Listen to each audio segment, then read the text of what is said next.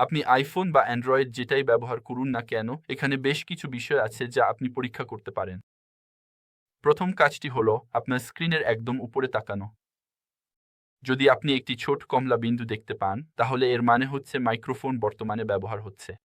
অথবা যদি আপনি একটি ছোট সবুজ বিন্দু দেখতে পান, তাহলে এর মানে হচ্ছে আপনার ক্যামেরা অথবা ক্যামেরা ও মাইক্রোফোন দুটোই বর্তমানে ব্যবহার হচ্ছে। এখন যদি আপনি দেখেন এই বিন্দুগুলো আপনার ফোনের উপরে দেখা যাচ্ছে অথচ আপনি কোনো কল করছেন না, ফেসটাইমে নেই বা এই ধরনের কিছু করছেন না, তাহলে এটা ইঙ্গিত করতে পারে যে কেউ আপনার মাইক্রোফোন বা ক্যামেরা ব্যবহার করে আপনাকে গুপ্তচরবৃত্তি করছে। এখন আরেকটি কাজ আমরা করব, সেটা হলো আপনার ফোনটি খুলে কিবোর্ডে গিয়ে টাইপ করা *#21#21।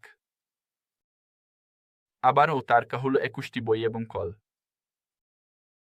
এখানে আপনি দেখবেন সেটিংস, ভয়েস কল ফরওয়ার্ডিং নিষ্ক্রিয়, ডেটা কল ফরওয়ার্ডিং নিষ্ক্রিয়, ফ্যাক্স কল ফরওয়ার্ডিং নিষ্ক্রিয়।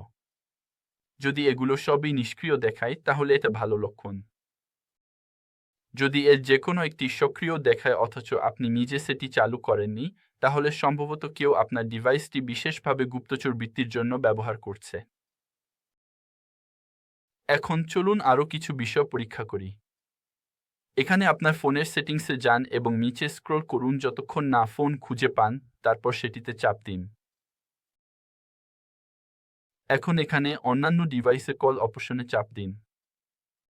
এখানে যদি এমন কোনো ডিভাইস দেখেন যেটি আপনি চিনতে পারছেন না, তাহলে সম্ভবত এই কলগুলো সেই ডিভাইসে ফরওয়ার্ড হচ্ছে এবং আপনি হয়তো সেটা চান না।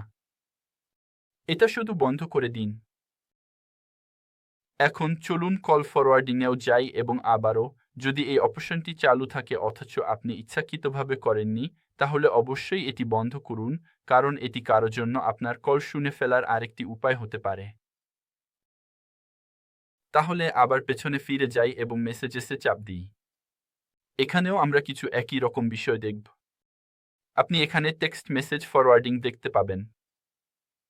যদি এটি এমন কোনো ডিভাইস হয় যেটি আপনি চিনতে পারছেন না, তাহলে নিশ্চিত করুন এটি বন্ধ আছে, কারণ আসলে আপনার সব এসএমএস আপনার আইফোন থেকে ওই অন্য ডিভাইসে চলে যাচ্ছে, সেটা কম্পিউটার হোক, ট্যাবলেট হোক, যাই হোক না কেন। তাই যদি আপনি ওই নির্দিষ্ট ডিভাইসটি চিনতে না পারেন, তাহলে অবশ্যই এই অপশনটি বন্ধ রাখুন। এখন চলুন এই তালিকাটি আরও একটু ঘুরে দেখি। যদি আমরা একটু উপরে যাই এবং গোপনীয়তা ও নিরাপত্তাতে চাপ দিই, তারপর উপরে লোকেশন সার্ভিসে যাই, তাহলে আপনি এই তালিকায় ছোট ছোট তীর চিহ্ন খুঁজে দেখতে চাইবেন।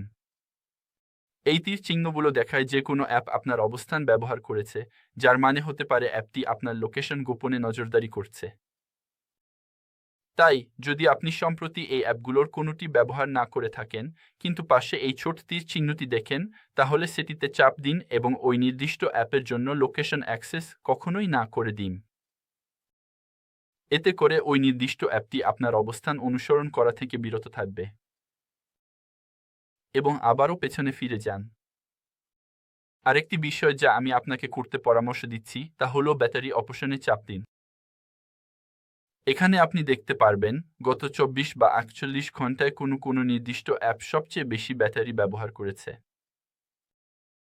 যদি এই অ্যাপগুলোর কোনো একটি সেখানে দেখা যায়, অথচ আপনি সেটি আসলে ব্যবহার করেননি এবং এটি অনেক বেশি ব্যাটারি খরচ করছে, তাহলে আবারও বলছি, এটি হয়তো কোনো ধরনের স্পাই অ্যাপ বা স্পাইওয়াচার হিসেবে ব্যবহৃত হচ্ছে।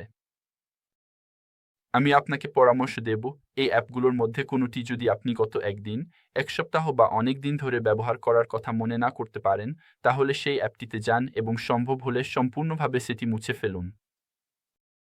সবশেষে আমি আপনাকে যে বিষয়টি করার পরামর্শ দেব, তা হলো উপরে স্ক্রল করে একেবারে উপরে যান, আপনার নামের উপর চাপ দিন এবং নিচে স্ক্রল করলে একদম নিচে আপনি দেখতে পাবেন, এখানে কোনো ডিভাইস আপনার ক্লাউডে সংযুক্ত আছে।